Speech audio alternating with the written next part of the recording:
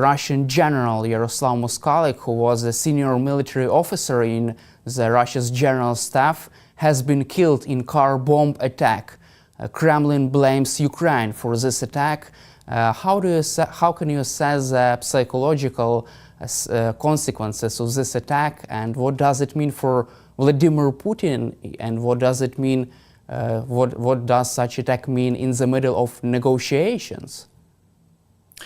Well, Russia has been launching every night attacks on Ukrainian civilians, killing women, children, men, destroying property of innocent Ukrainian civilians. And so if a military person who was involved in killing those civilians is all of a sudden killed, it seems that all is fair in war, and it's certainly not something that anybody can get upset about. It's also important to point out that if Ukraine really was involved in this, and I don't have any information one way or another, but it should, if Ukraine was, then it should put the fear into the hearts of other generals and other officials in Russia that they could potentially be killed as well if they're involved in terrible atrocities in Ukraine. And so it's not just a one-sided thing. It can't be that Ukraine suffers casualties of civilians and that everyone in Russia can sit there feeling safe and immune from consequences. From your perspective, do you believe that there are at least some people around Putin who are trying to persuade him to agree with ceasefire proposal, to have ceasefire deal? I don't think there's anybody in Russia that is trying to contain Putin. I think Putin is got his own mind, he makes his own decisions, and that anybody who has any different opinion than him doesn't express it out of fear. Everybody is terrified of Vladimir Putin. And so the only person who can put pressure on Putin, if he wanted to, is the President of the United States, Donald Trump. So far, other than a few words, I haven't seen any evidence that he's ready to put pressure on Putin to end the war. You just mentioned about Trump. US President Trump has been threatening to impose tariffs and sanctions on Russian goods, secondary tariffs. How can you assess the effectiveness of such a decision if it is being imposed by US administration? I mean, sanctions, tariffs, and also additional secondary tariffs on Russian oil and gas on those countries who are buying Russian oil and gas. So the United States, if they wanted to, could completely decapitate Russia economically. The United States has the capacity to ruin Russia. And so if that decision was taken, and it was taken in a way, in a smart way, things could go very badly for Putin. And what I mean by that is that the one remaining unsanctioned part of the economy is oil. Russia continues to export oil. If the United States of America decided to tell countries that if they buy Russian oil, then they will be sanctioned, they won't buy Russian oil. If Russia can't sell its oil, then Putin will not have money to fund his war, and he'll be then forced into a proper negotiating situation where he has to give stuff up. But at the moment, Trump has not done that. However, such big countries like China, India, and other big actors in this game, they're buying Russian oil and gas. Do you believe that the US government has enough leverage to force these countries to stop, to hold buying Russian oil and gas by imposing these sanctions? Would it be enough to prevent them from buying Russian oil and gas? Absolutely, it would. If the United States said to an Indian oil refinery that if you buy Russian oil, then we will impose sanctions on you, so that and we will impose sanctions on anyone who does business with you, I guarantee you, the next minute, the Indian oil refinery will stop buying Russian oil. It's a certainty. So they would not have any other choice but to stop buying Russian oil and gas due to sanctions. That's correct. And also, recently, U.S. President Donald Trump said that he has been putting pressure also on Russia. However, there is a big discussion in the Trump administration about doing business with Russia after ceasefire deal between Ukraine and Russia. What is your personal message to American businessmen who are considering right now the possibility of doing business with Russia and in Russia? Well, I don't think that there's seriously many people considering doing business in Russia. Even before this war started, it was a toxic business environment full of unbelievable corruption, violence, expropriation, and other nastiness. And I know all about that because I'm the poster child of what goes wrong if you're an investor in Russia. I was the largest foreign investor in Russia. I was expelled from the country. My offices were raided. They seized our documents, and then the documents were used to steal our companies and steal $230 million of taxes that we paid to the Russian government. My lawyer, Sergei Magnitsky, exposed the crime, and he was subsequently arrested, tortured for 358 days, and killed in Russian police custody. And so what I tell anybody who's considering investing in Russia is that you don't just risk losing your money, you also risk losing your life. And also, there is a big public discussion and also inner discussion in the White House about lifting sanctions against Russian economy. On the other hand, European allies proposed to lift sanctions against Russia only in case of full ceasefire deal and only at different stages, not just lifting all sanctions in one moment, but creating several stages during which sanctions should be lifted. And also, big question remains what should be and what would be with Russian frozen money in Europe. Do you believe that European countries would be happy to also, for example, allow Russia to buy Boeing planes using Russia's frozen assets, even if Donald Trump negotiates and if he reaches such deal with Vladimir Putin? No, it's totally unacceptable. Russia has done $500 billion of damage to Ukraine. Russia needs to pay for it. And so it's obvious that the frozen Russian assets should be used either for the defense of Ukraine, if this war carries on, or for the reconstruction of Ukraine, if the war ends. But under no circumstances should that money be used to buy Boeing airplanes. And on top of that, there's a whole bunch of Boeing airplanes that the Russians confiscated from a bunch of Western leasing companies. And so before anyone even talks about buying more Russian Boeing planes, Russia should be returning those planes that they stole. Let's also cover Donald Trump's tariffs and its influence on the global economy. How do you see the influence of this global trade war between the US and China? And do you believe that this decision was right to impose tariffs, then to change, to recalculate the main effectiveness and the main consequences of this decision? It seems like Donald Trump has changed his mind and made some exemptions from, for example, electronic goods from China shipping to US. What is your take on the current stage of global trade war between the US and China?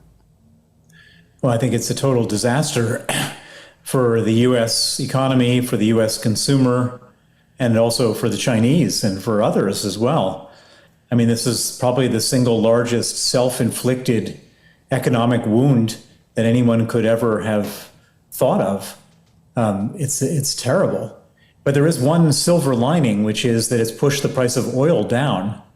And as Russia's main commodity export is oil, these tariffs and all this consequence of these tariffs at least put Putin in a more tenuous position. You just mentioned about the Russian oil. What kind of price for Russian oil would really decapitate Putin's economy, will destroy his regime? I think if you have the price of oil in the low 40s, that's it. Putin's finished. 50s is hard. Where it is right now, it's not good. He really needs a lot higher oil prices to survive. But don't you think that Russia has also another currency reserves inside Russia? Russia is a very rich country because of all the money that's been accumulated over a period of time. And so Russia's not a heavily indebted country. There's not a lot of interest payments to make. And so we've seen lots of much worse countries economically survive for a very long time. And so I wouldn't in any way predict that Russia stops functioning, but I can say that Russia can't borrow money from the West at the moment. And Russia, if there's no oil money coming in, it's going to become a lot tighter, and they're going to have to make a lot of compromises that they didn't have to make before. And those compromises would be helpful to Ukraine.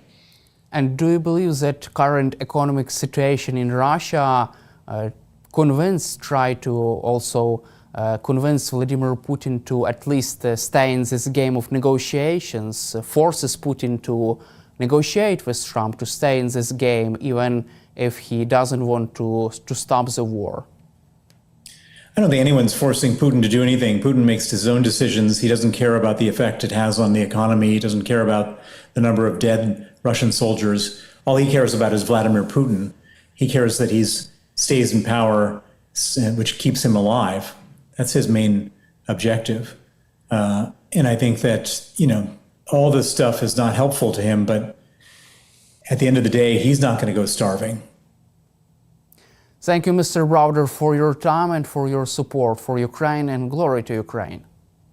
Thank you, and glory to Ukraine. Let's cover also this offer from the U.S. administration from Steve Witkoff. Trump's administration proposed to recognize Crimea as a Russian territory de jure and de facto recognize Russian control over occupied territories of Ukraine. If the United States government recognizes Crimea as a Russian territory, what would this mean from a political and military point of view? What kind of strategic leverage Russia would have in case of such recognition? Well, number one, it would be a catastrophe for American credibility. I mean, because nobody else is going to recognize that. I mean, the EU, European countries have already said, no way, we would not recognize that. So American credibility would be in the trash after something like that.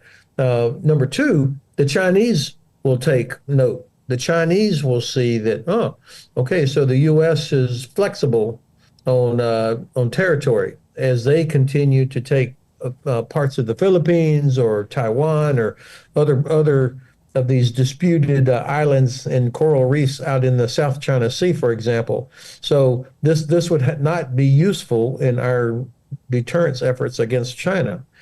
And then finally, it would be wrong. I mean, why in the world would the United States go along and say, well, come on, Russia already occupies it and they speak Russian there, and these ridiculous reasons for doing this, which reveals that this administration completely fails to understand what this war is about, the history, the geography, why Ukraine is fighting.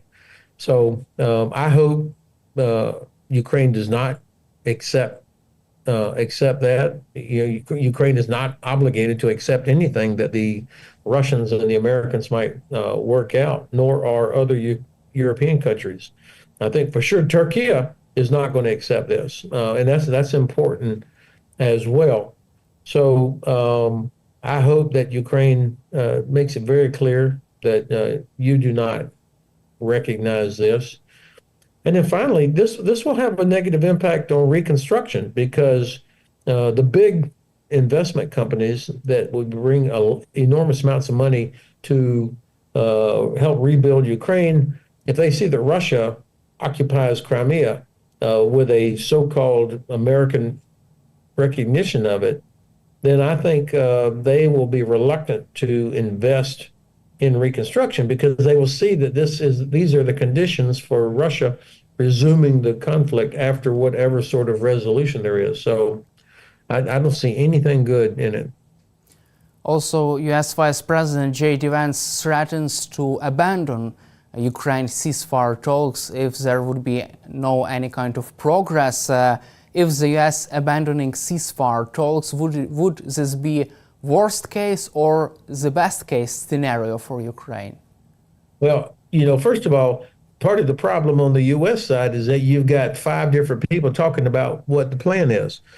Secretary Rubio, Mr. Witkoff, General Kellogg, Vice President Vance, the president himself, and none of them seem to be in harmony or synchronized in what they're doing. So, whatever the vice president says, it reflects what a part of the administration believes or wants. But I don't know. I'm not confident that he speaks with any authority for the president or the rest of them.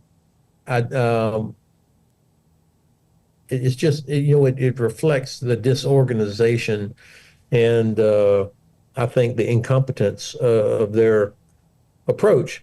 To be honest, unless it looks like the U.S. was getting ready to really provide real support to Ukraine and put real pressure on Russia, then the U.S. walking away from this is not necessarily the worst case, except for us.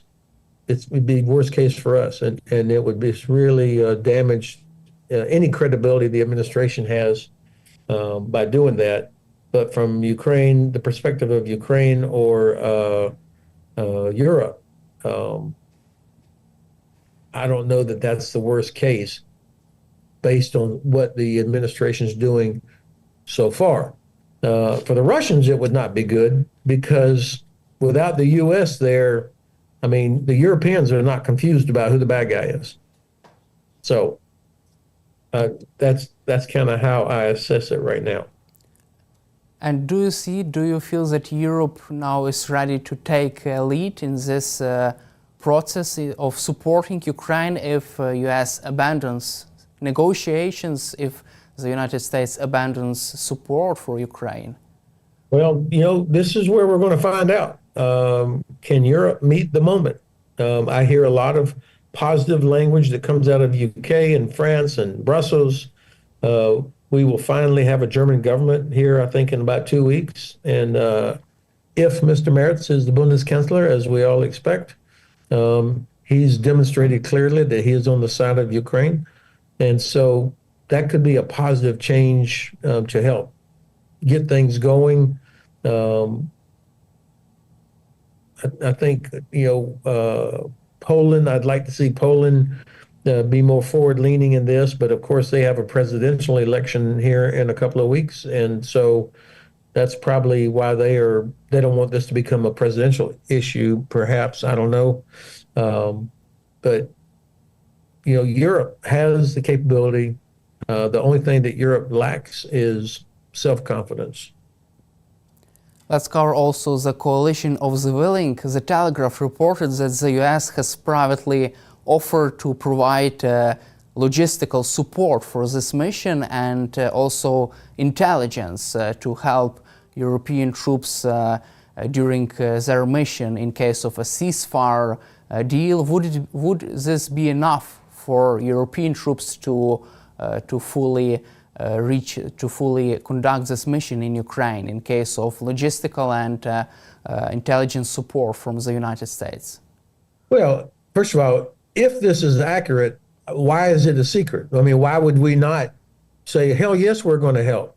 Because this is so important. Yes, we're going to be a part of it. So I don't know how. I'm not confident in that report. I hope it's true, but if it is true, why is it a secret? As to whether it's enough, we need to see what the mission is. We need to hear whoever's going to be in charge of this. What's the chain of command? What is the mission?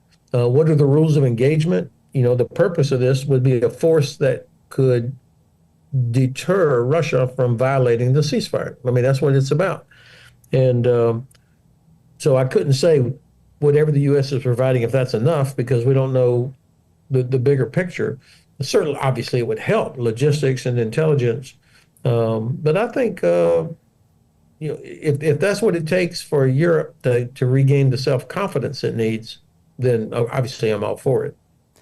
Let's cover our final topic, another leak from the Signal group chat regarding Pete Haxet. U.S. Defense Secretary Pete Haxet sent sensitive information about strikes in Yemen to another Signal group chat that included his wife and brother and personal attorney. What is your reaction to this? And also we have heard another report that Haxet used for this chat group a public internet connection violating Pentagon security protocols. Yeah, well, this obviously reveals the lack of competence and professionalism there at the top of the Pentagon. This is embarrassing, and it's going to cause some of our allies to be very reluctant to share intelligence if they know that it could be, in a Signal chat group. And the arrogance of the Secretary of Defense is also very disturbing. And you can be sure that amongst the professionals, the military, as well as the professional civilians who work inside the Department of Defense, it's embarrassing, it's frustrating, it's worrying, and this kind of erodes trust. And, trust is such an important component of any military, and this does nothing to make people confident in their leadership. And for me, one of the most important traits of a good leader was a willingness to accept responsibility, to own it. If there's a problem, say, I screwed up or my team screwed up, we're going to fix it. Instead, all he does is attack the media and deny it when the whole world knows it's true. And that doesn't give me hope that they're going to learn from this. And don't you think that even many more Pentagon officials are becoming frustrated and don't support Pete Haxet in this office, because it seems like people from the Pentagon, they are leaking this information to media about these Signal chat groups? Yeah, well, of course, these are his own guys, the ones he brought in. That's the problem. When you talk about wanting to be disruptive and get rid of all the old stuff, what that means you get rid of all the old professionals that have been there for a long time and know how to do these things. And so I think, again, he's not the right person for the job. And all the Republican senators who voted to confirm him, knowing that he was not qualified, they deserve the scorn, and they own responsibility for this as well. Thank you, General Hodges, for your time and for your support for Ukraine, and glory to Ukraine. Heroam Slava. Thank you, Daniel.